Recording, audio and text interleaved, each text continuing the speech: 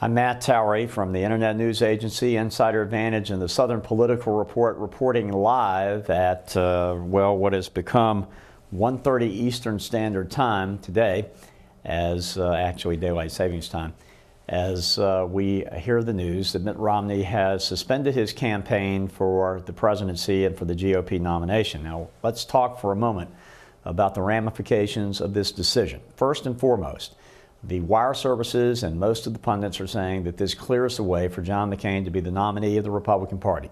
That is likely true. However, if the race were to continue, there are a significant number of states where Mike Huckabee could do extremely well. Texas, Louisiana, Virginia.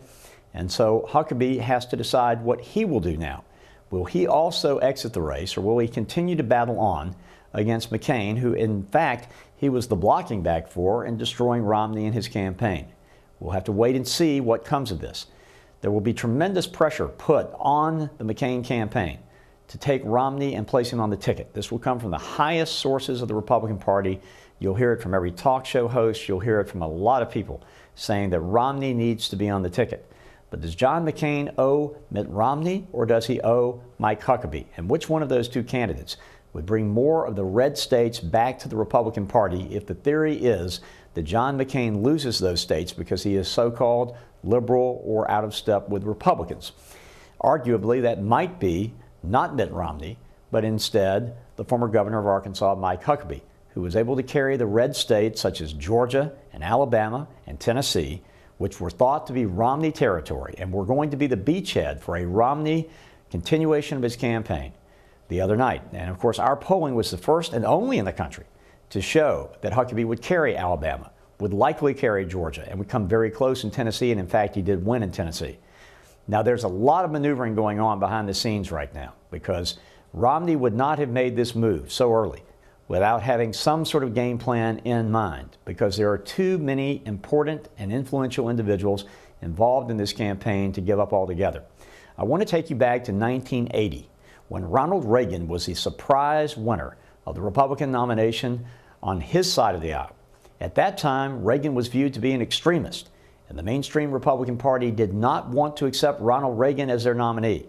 If there had been talk show hosts at the time who covered the Republican Party as the Rush Limbaughs and Sean Hannitys do now, they would have been on the air nonstop decrying Ronald Reagan as an extremist and saying that he had challenged Gerald Ford in 1976 and was unacceptable to the Republican Party. But once Reagan won, they would have had to coalesce around him.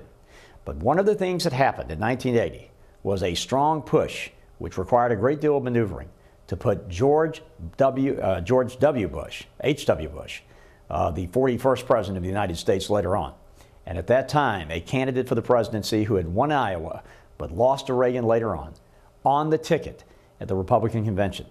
Do not be surprised if an effort takes place for Romney to be placed on the ticket, with the argument being that he can bring that side of the Republican Party, including the talk show host, the pundits, the writers, those who've been so vehemently against McCain, back under the tent.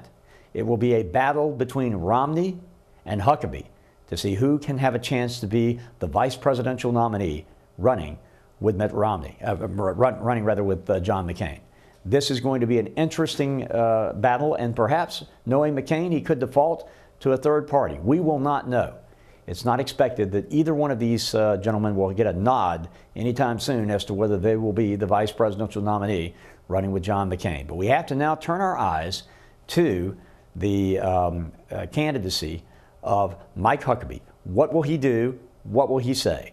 The spotlight is now on his campaign, because there remain many states where he could conceivably get the majority of the delegates and keep this thing going for quite a while, forcing McCain to spend money, time, and energy that he would not necessarily have to spend his time on, and give him an opportunity to bring the party back together on a more expedited basis.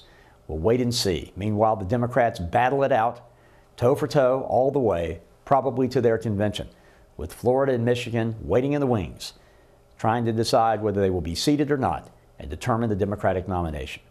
This has been a special report live from Insider Advantage, the Internet News Agency, and the Southern Political Report.